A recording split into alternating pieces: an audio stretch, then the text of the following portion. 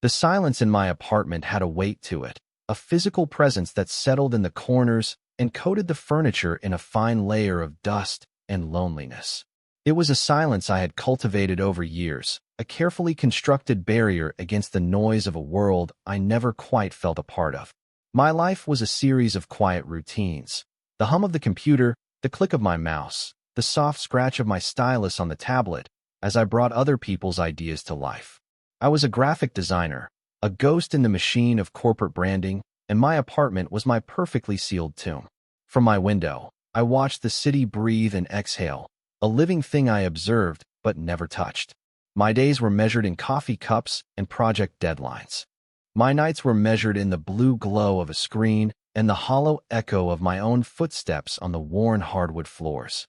It was a life of stasis, of quiet dissatisfaction that I had long ago accepted as my permanent state. The only real variable, the only unpredictable element, lived directly above me. Marcus, my landlord. He was a man carved from a different kind of material than me. Where I was all soft edges and nervous energy, he was solid, grounded. I rarely saw him, but I was acutely aware of his presence. His footsteps overhead were heavy, steady, a reassuring rhythm that punctuated my quiet days.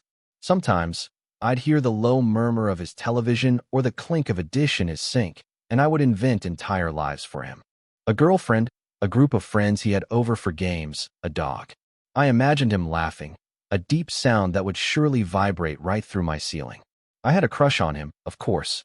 A pathetic, silent, schoolboy kind of crush that I kept locked away with all my other useless feelings. It was safe that way. He was my straight landlord, a fixed point in my very small universe, and I was just the quiet tenant in 1B. Then the cold came. It wasn't the usual gentle slide into autumn. It was a sudden, violent plunge. One day it was crisp, the next the wind had teeth and the sky was the color of old iron. The ancient radiator in my living room, a cast-iron beast that usually hissed and clanked with reassuring life, gave a final, wheezing sigh and fell silent. I spent a night wrapped in every blanket I owned, my breath pluming in the air. The next morning, my teeth were chattering and the silence in the apartment had turned hostile, edged with a dangerous chill. There was no avoiding it. I had to call Marcus. My thumb hovered over his contact in my phone. A simple entry, Marcus, landlord. My heart hammered against my ribs, a frantic bird trapped in a cage of my own making. It was ridiculous. He was just a man who owned the building and was obligated to fix my heat. But to me, it felt like an admission of need, a crack in the self-sufficient fortress I had built around myself. I finally pressed the button, and the sound of the ringing felt impossibly loud in the frozen quiet. He answered on the second ring. Yeah. His voice was low, a little rough, like gravel stirred with honey. It was exactly as I'd imagined it would be, and it sent a stupid, unwanted shiver down my spine that had nothing to do with the cold. Hi, Marcus. It's, Leo. In 1B a pause. Everything okay? The heat's out, I said, my own voice sounding thin and reedy. The radiator isn't doing anything. It's really cold in here. I heard a muffled sound, a rustle of movement. Right? Okay. I'll be down in 5-inch. He didn't wait for a thank you. The line just went dead. I stood there for a moment, the phone still pressed to my ear, the silence returning, but this time it was different. It was filled with anticipation. He was coming down. He was going to be in my space. 5 minutes later, a solid knock echoed through the apartment. I pulled my worn cardigan tighter around myself, ran a hand through my messy hair, and opened the door. And there he was. He was taller than I'd realized, filling the doorway, blocking out the dim light from the hallway. He wore a simple gray Henley that stretched across a broad chest and a pair of faded jeans that hung low on his hips. His hair was dark and cut short, and he had a day's worth of stubble dusting a strong jaw. He wasn't smiling, but his expression wasn't unkind. It was just steady. His eyes, a deep, unreadable brown, met mine. Hey, he said, his gaze flicking past me into the apartment. I could see him register the visible puff of my breath in the air. Hi. Thanks for coming so fast.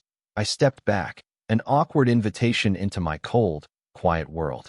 He stepped inside, and the space immediately felt smaller, warmer, just from his presence. He brought with him the scent of coffee and something else, something clean and masculine, like soap and cold air. He walked over to the silent radiator, his movements economical and sure. He placed a large, calloused hand on the iron. It was a capable hand, with clean, short nails and a network of faint white scars across the knuckles. A hand that fixed things. "Yeah, it's dead," he stated, the words unnecessary. He crouched down, his thighs straining against the denim of his jeans, and peered at the pipes. "Probably an issue with the pilot light in the boiler. The whole system's ancient." He looked back at me, his eyes scanning my face. "You must be freezing." I just nodded, feeling stupidly self-conscious. "It's not great. I've got some space heaters upstairs. Let me grab them for you while I check out the furnace room." He stood up, and for a second, we were standing closer than we ever had before. I could feel the heat radiating off his body, a stark contrast to the biting cold of the room.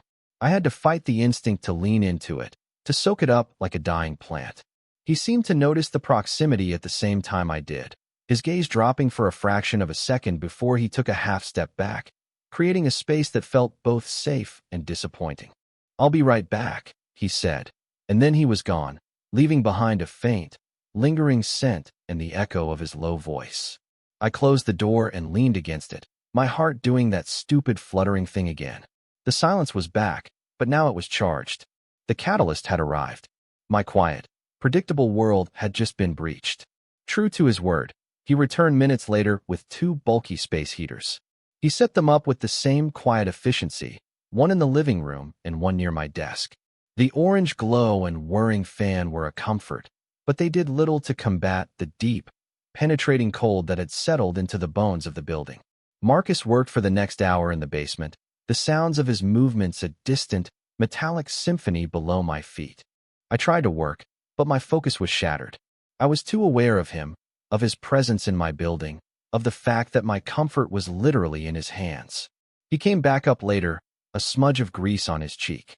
"It's not the pilot light," he said, his voice holding a note of frustration. "It's the thermocouple. Maybe the gas valve. I'm going to have to bleed the lines and take a closer look. This might take a while. I asked, a knot of anxiety tightening in my stomach. He met my gaze, and I saw a flicker of something that looked like apology in his eyes. "A day? Maybe 2. I have to get apart 2 days." The thought of him being in and out of my apartment, of this prolonged interaction, was both terrifying and thrilling. It was an unwelcome disruption and a secret wish fulfilled all at once. "Okay," I said, trying to sound casual. "Whatever it takes," he nodded, his eyes lingering on my face for a moment too long. "Try to stay warm," he said, his voice softer than before. He left, and I was alone again with the hum of the space heaters and the loud, frantic beating of my own heart. The next 2 days stretched before me, a landscape of unknown possibility. The following morning began the period of protracted observation. Marcus arrived early, letting himself into the basement with his own key. The sounds started soon after, the clang of a wrench, a low curse, the rhythmic squeak of a stubborn valve. Since my desk faced the window that looked out over the small, concrete alley leading to the basement door, I had a clear, if partial, view of his comings and goings. He moved with a purpose that I, a man who spent his days manipulating pixels, found mesmerizing. I pretended to work. I opened files, moved layers around, answered emails with curt, efficient replies. But my attention was a frayed rope, its strands constantly being pulled toward the sounds from below, toward the occasional glimpse of him moving past my window. I watched him carry a heavy toolbox, the muscles in his forearms cording with the strain. I watched him wipe sweat from his brow with the back of his hand, leaving another streak of grease. He was a creature of the physical world, of leverage and pressure and tangible results. I felt like a ghost watching a real man work. Later that morning, he knocked on my door. When I opened it, he was holding a grimy piece of metal. "This is the culprit," he announced, holding up the dead thermocouple. "Gonna run to the supply house and grab a new one. Should only be an hour, okay?" I said, my eyes fixed on his hand. The grease was ingrained in the creases of his skin. I had this sudden, bizarre urge to reach out and touch it, to feel the grit and the warmth. I curled my fingers into a fist at my side. He seemed to follow my gaze. He looked at his own hand, then back at me. A faint smile touched the corner of his mouth. It was a small, fleeting thing, but it transformed his face, softening the stoic lines around his eyes. Don't worry, I'll wash up before I handle any of your stuff. I felt a hot blush creep up my neck. I wasn't. I didn't mean. He just chuckled, a low, pleasant sound. It's fine. Be back soon. I closed the door, my face burning. My internal monologue went into overdrive. Was he laughing at me? Did he think I was disgusted? Or did he see something else? Did he know I was staring at his hand like a starving man looks at bread? I spent the entire hour he was gone dissecting that single, tiny smile. It was a Rorschach test for my own anxieties. By the time I heard his heavy boots on the stairs again, I had convinced myself it meant nothing. It was just a polite smile. That's what people did. He returned with a small box and went straight back to the basement. The clanging resumed. I forced myself to focus on a logo design, losing myself in the familiar comfort of vectors and color palettes. An hour passed, then another. The sun began to dip, painting the cold sky in shades of orange and purple. The space heaters hummed on, a poor substitute for real warmth. Around 5, there was another knock. It was Marcus again, looking tired and more than a little frustrated. The smudge of grease on his cheek had been joined by a few friends. It's not just the thermocouple, he said, sighing. The gas valve is shot, too. And of course, it's a discontinued model. I've ordered one, but it won't be here until tomorrow afternoon at the earliest. My heart sank. So another night? Looks like it, he said. He rubbed the back of his neck, and the movement pulled the fabric of his Henley tight across his shoulders. Listen, I feel bad about this. It's freezing. You could stay upstairs if you want. I have a spare room. It's small, just has a bed, but it's warm. The offer hung in the air between us, charged with 1,000 unspoken implications. My mind raced. Stay upstairs? In his apartment? Sleep in his space? It was too much, too fast. It would shatter the careful distance I maintained. Oh, I said, the single word sounding inadequate. That's really nice of you, Marcus. But I think I'll be okay down here. The heaters help, and I have a lot of blankets. The lie tasted like ash in my mouth. I wanted to say yes. I wanted it more than anything. But the fear was stronger. He looked at me, his expression unreadable. I couldn't tell if he was relieved or disappointed. He just nodded slowly. All right. Well, the offer stands if you change your mind. Just knock. He paused, his hand on the doorframe. You eaten anything? The question was so unexpected, so domestic. It threw me off balance. Not yet. I was going to figure something out. I was going to order a pizza. You want in? My treat. Least I can do for freezing you out. This felt safer. This I could handle. Food was a simple transaction. It wasn't a bed in a spare room. Yeah, I said, a real smile breaking through my anxiety. Yeah, that would be great. Thanks, cool. What do you like? We settled on a pepperoni and mushroom, and he placed the order from his phone right there in my doorway. The whole interaction felt surreal. This solid, capable man, who had existed only as footsteps and a name on a lease, was now standing in my doorway ordering us dinner. An hour later, we were sitting in my chilly living room, a pizza box open on the coffee table between us, the orange glow of the space heater casting long shadows on the walls. The awkwardness was a palpable third presence in the room. We ate in silence for the first few minutes, the only sounds the chewing and the whir of the fan. I was hyper-aware of him, of the way he folded his slice in half, the way his jaw worked, the sound of his breathing. Finally, he broke the silence. So, graphic design, huh? You do that from home full-time. I swallowed a mouthful of pizza. Yeah, mostly freelance. Corporate logos, website layouts. It's quiet, you like it? He asked.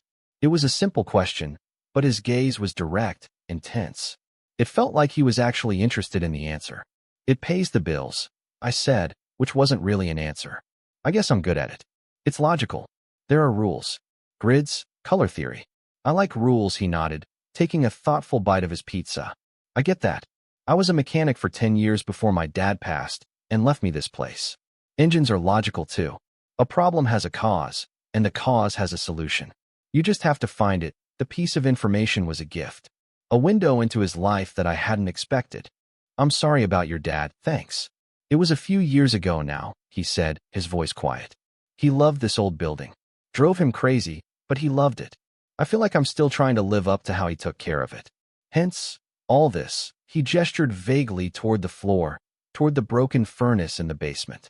It was the first crack I'd seen in his stoic exterior, a flash of vulnerability that made him seem suddenly, achingly human. "You're doing a good job," I said, the words coming out before I could stop them. "You came down right away. You're working on it yourself instead of just calling some expensive repairman." He looked at me, and for the first time, I felt like he was really seeing me. Not just the tenant in 1B, but a person. "Thanks, Leo," he said, and the sound of my name in his low voice did something strange to my insides. We finished the pizza, talking more easily now. We talked about movies we liked, about the neighborhood, about the terrible coffee at the cafe down the street. It was all mundane, surface-level stuff, but it felt significant. It felt like we were building a bridge across the silence that had existed between our two floors for so long. When we were done, he gathered the empty box. As he stood up, he paused by my overflowing bookshelf. He tilted his head, reading the spines. "Lots of books, yeah? It's an occupational hazard of being alone a lot." The admission was more honest than I'd intended. He ran his fingers lightly over the spine of a worn paperback, his touch surprisingly gentle. "Nothing wrong with being alone," he said, his back still to me. "But it's not the same as being lonely." He turned to face me then, and his eyes were dark and serious. The air crackled. He knew. Somehow he knew. He saw the loneliness I tried so hard to hide. The moment stretched, thick with unspoken understanding. It was too much. I looked away, my heart pounding. "Well," he said, his voice returning to its normal, practical tone, breaking the spell. "I should get out of your hair. I'll be back first thing in the morning to keep at it." At the door, he paused again. He looked at the space heater, then back at me. "Seriously, Leo, if it gets too cold tonight, my door's open. Don't be a martyr." Before I could overthink it, before I could build my walls back up, he reached out and his hand landed on my shoulder. It was a brief, firm touch, a gesture of reassurance, but it felt like a brand. The warmth of his palms seeped through my sweater, through my shirt, and straight into my skin. It was a solid, grounding weight. My breath hitched. This is it. I'm standing here, my entire body buzzing from the simple pressure of his hand on my shoulder.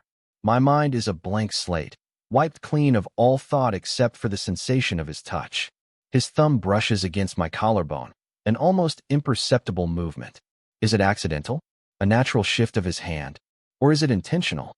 "Good night," he says, his voice a low rumble that seems to vibrate right through me. His hand drops away, and the loss of contact is a physical ache. He gives me one last look, a look that I will spend the entire night trying to decipher, and then he's gone. I stood there, staring at the closed door, the spot on my shoulder still tingling with a phantom heat. The shared meal, the moment of vulnerability, the meaningful touch. The pieces were shifting, the foundation of my quiet, lonely life cracking under a new and terrifying pressure. I barely slept that night. I was too cold, and my mind was too loud. I replayed every moment, every word, every glance. I analyzed his offer to stay upstairs, his comment about loneliness, the touch on my shoulder. I swung wildly between hope and despair. 1 minute, I was convinced he was just being a kind, decent landlord. The next, I was certain I had seen something more in his eyes, felt something more in his touch. It was torture. By morning, I was exhausted and no closer to an answer. Marcus arrived as promised, looking determined. He had a new part in hand and a renewed sense of purpose. He gave me a brief nod. "Morning. Let's see if this does the trick." He didn't mention our conversation from the night before, and his demeanor was all business. My fragile hope withered. It was just me. I had imagined it all. I tried to work, but it was impossible. The sounds from the basement were more intense today, a series of bangs and clangs, and the occasional, frustrated groan. I paced my apartment, a caged animal, wrapping my arms around myself for warmth that wouldn't come. Every passing hour felt like a year. I was desperate for this to be over, for the heat to be back on, for my life to return to its predictable, silent routine. And yet, a part of me dreaded it, because it meant Marcus would be gone. The footsteps overhead would once again become just footsteps, not a promise of presence. Late in the afternoon, the noises from the basement stopped. A profound silence fell over the building. I held my breath, waiting. Minutes stretched into an eternity. Then I heard it. A low rumble from deep within the walls. A groan, a shudder, and then a faint but distinct hiss from the radiator in the living room. It was the most beautiful sound I had ever heard. I walked over to it, my heart soaring with a mixture of relief and sorrow. I placed my hand on the iron beast, and for the first time in 2 days, I felt a tentative, nascent warmth spreading through the metal. A few moments later, there was a knock on the door. I opened it to find Marcus, wiping his greasy hands on a rag. He looked tired, but there was a triumphant glint in his eyes. "Should be good now," he said. "It'll take a while to heat the place up properly, but the boiler's on and the pressure is holding." "Thank you," I said, and the words felt wholly inadequate. "Seriously, Marcus, thank you so much," he just shrugged, a small, self-deprecating gesture. "It's my job. Sorry it took so long." He stepped past me into the living room, heading for the main floor vent near the window. The warm air was just beginning to puff out, carrying with it the dusty, metallic scent of a furnace coming to life. He crouched down, holding his hand over the grate. He stayed there for a moment, then looked up at me. He was still crouched, making him less intimidating, more approachable. His expression was serious, his gaze unwavering. "Come here," he said, his voice quiet but firm. My feet felt rooted to the floor. My brain struggled to process the command. "Come on," he said again, a little softer this time. He gestured with his head toward the vent. I took a slow, hesitant step forward, then another. I stopped a few feet away from him, my nerves screaming. He stood up slowly, his eyes never leaving mine. He was so close now.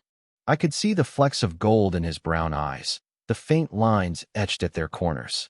He was still holding his hand over the vent, feeling the warm air. He looked from my face to the vent, and then back again.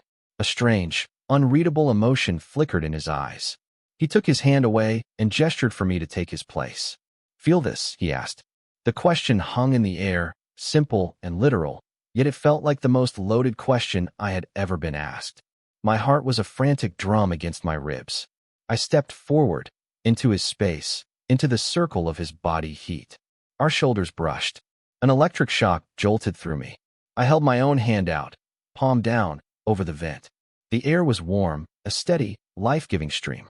It felt like salvation, but I was barely aware of it. All of my senses were focused on him, on the solid wall of his body next to mine, on the scent of soap and metal and clean sweat, on the sound of his breathing, slow and even. We stood there, side by side, in complete silence, our arms almost touching, our bodies separated by a mere inch of charged air. This is it. The moment stretches, thin and taut, like a rubber band pulled to its breaking point. The warmth from the vent is nothing compared to the heat building between us. My hand is trembling. I can feel his gaze on the side of my face, but I can't bring myself to look at him. I am terrified that if I do, the fragile spell will shatter. Or worse, I will see pity in his eyes. I will see that this is just about the heat, and I am just the lonely tenant who has read too much into a simple act of kindness. Time ceases to exist. There is only the hum of the furnace, the whisper of warm air, and the thunder of my own blood in my ears. I should move. I should say thank you again and step away, retreat to the safety of my side of the room. But I am paralyzed. Then his voice, so close to my ear it's almost a whisper. "Leo," I turn my head. I finally meet his eyes. And there is no pity there. There is only a raw, unguarded intensity that takes my breath away. His gaze drops to my lips, then back to my eyes. The question is there, clear as day. He is asking for permission. I don't know what I do. Maybe I lean in a fraction of an inch. Maybe my lips part slightly. Maybe I just stop breathing. But it's enough. He closes the infinitesimal distance between us. His hand comes up, not to my shoulder this time, but to my jaw. His thumb is rough against my skin, calloused and sure. He tilts my head up, and then his mouth is on mine. It's not a hard kiss. It's not demanding. It is slow, deliberate, and devastatingly gentle. It is a question and an answer all at once. His lips are warm and soft, a stark contrast to the stubble that prickles my skin. The kiss is tentative at first, a discovery, and then it deepens as I respond, as my body finally unfreezes and I lean into him, my hand coming up to rest on his chest. I can feel his heart beating, a steady, solid rhythm beneath my palm, just as I always imagined it would be. It is honest. It is not for show, not a mistake, not a moment of confusion. It is the culmination of every stolen glance, every quiet observation, every unspoken word that has passed between us. It tastes of coffee and longing and a relief so profound it feels like I might break apart. The world narrows to this single point of contact, to the warmth of his mouth and the solid weight of his body against mine. It feels like coming home. When he finally pulls back, it's only by an inch. He rests his forehead against mine, and we just breathe. His eyes are closed. I keep mine open, memorizing the shape of his face, the dark sweep of his eyelashes against his cheek. The smudge of grease is still there. It's not just the heat, is it? He murmurs, his breath warm against my lips. No. I whisper, the word a shaky exhalation. It's not just the heat. He opens his eyes, and the intensity one saw there before has been replaced by a soft, quiet warmth. He doesn't say anything else. He doesn't need to. He just tightens his hand on my jaw, a silent reassurance, before leaning in and kissing me again, more deeply this time, and I am lost. The next morning, I woke up to silence. A warm, comfortable silence. The radiator was hissing contentedly, and the apartment was bathed in a soft, gray light. For a blissful, drowsy moment, I felt a deep sense of peace. Then memory came rushing back, and with it, a tidal wave of anxiety. The kiss, his forehead against mine, his voice. I sat bolt upright in bed, my heart hammering. I strained my ears, listening for any sound from upstairs. Nothing. Usually, I could hear the floorboards creak as he got up, the sound of his shower, the quiet thud of his boots on the floor. But today, there was only the same profound silence that had terrified me when the heat was broken. Now, it was a different kind of terrifying. He regretted it. The thought slammed into me with the force of a physical blow. Of course he did. He was just being kind, caught up in the moment. He was my straight landlord, and I had let my pathetic crush spin a fantasy out of nothing. The kiss had been a mistake, a momentary lapse in judgment, and now he was hiding upstairs, trying to figure out how to let me down easy. I spent the next hour in a self-induced panic. I replayed the kiss from every angle, searching for clues I might have missed. Had I been too eager? Had I misread everything? The memory, which had felt so right and honest last night, now seemed fraught with ambiguity. I tortured myself with possibilities, each one more humiliating than the last. He would avoid me. He would find a reason to have me move out. Our brief, tentative connection would be severed, replaced by an unbearable awkwardness. I got up and made coffee, my movements stiff and robotic. The warmth of the mug in my hands was no comfort. I sat at my desk, staring at the blank screen of my computer, unable to think about work. The silence from upstairs stretched on. 1 hour. 2. By 10 o'clock, I was a wreck, convinced I had ruined everything. I felt sick to my stomach. And then I heard it. A quiet knock on my door. My blood ran cold. This was it. The conversation I had been dreading. He was here to apologize, to explain, to end it before it had even begun. I considered not answering. I could pretend I was asleep or in the shower, but that was a coward's way out.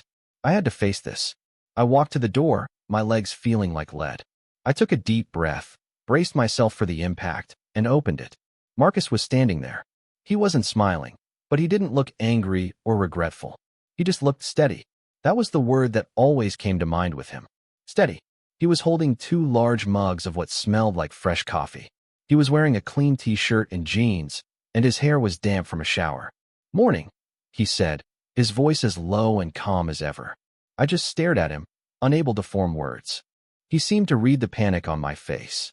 A corner of his mouth lifted in a small, gentle smile. "I figured you might need this," he said, holding one of the mugs out to me. "I make a pretty good brew, if I do say so myself." I took the mug automatically. It was warm and heavy in my hands. Our fingers brushed, and the familiar spark jolted through me. I looked from the mug up to his face. "Can I come in?" he asked quietly. I nodded and stepped back. He came inside, moving with that same easy confidence, as if it were the most natural thing in the world for him to be in my apartment on a Friday morning. He sat on my sofa, taking a sip of his coffee, and waited for me to join him. I sat down in the armchair opposite, clutching my mug like a life raft. He looked at me over the rim of his cup, his brown eyes searching my face. "You're quiet this morning. I didn't know what to think," I admitted, my voice barely a whisper. "I didn't hear you moving around. You thought I was avoiding you," he finished for me. It wasn't a question. I nodded, looking down into my coffee. The shame was a hot flush on my cheeks. He set his mug down on the coffee table with a soft click. Leo, look at me. I lifted my head. His expression was serious, open, and completely devoid of regret. I wasn't avoiding you, he said, his voice firm but gentle.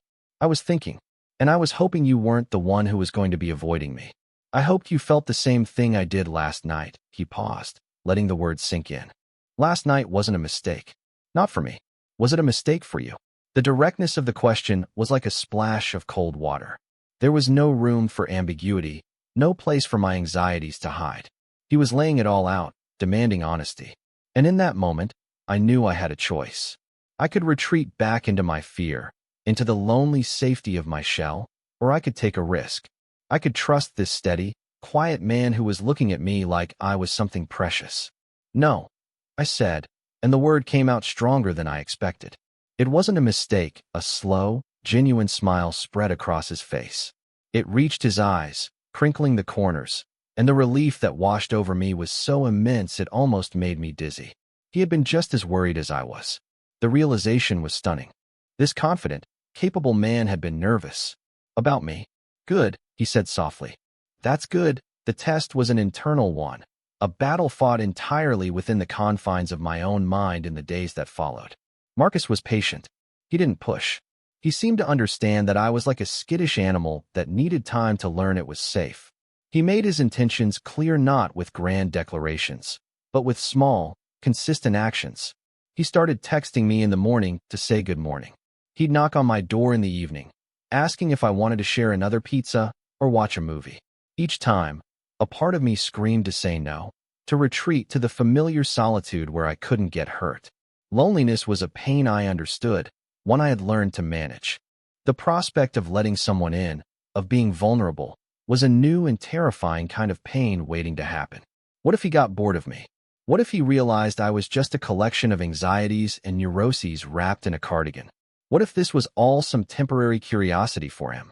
One evening, we were sitting on my couch, watching some mindless action movie. He had his arms stretched along the back of the sofa, his hand just inches from my shoulder. He hadn't tried to touch me since that first kiss, and the space between us felt both respectful and agonizing. Halfway through the movie, I couldn't take it anymore. The internal battle was exhausting me. I muted the television. The sudden silence was deafening. Marcus turned to look at me, his expression questioning. Everything okay? I don't understand this. I blurted out, the words tumbling over each other. I don't understand what you want. From me. He didn't look surprised. He just watched me, his gaze steady.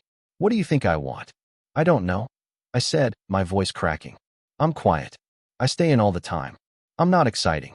You, he shifted on the couch, turning his body to face me fully. He reached out, slowly, giving me time to pull away, and took my hand. His was large and warm, completely enveloping mine. Leo, he said, his voice low and serious. I was a mechanic for 10 years. All noise and grease and chaos. Then I took over this building, and it was just quiet.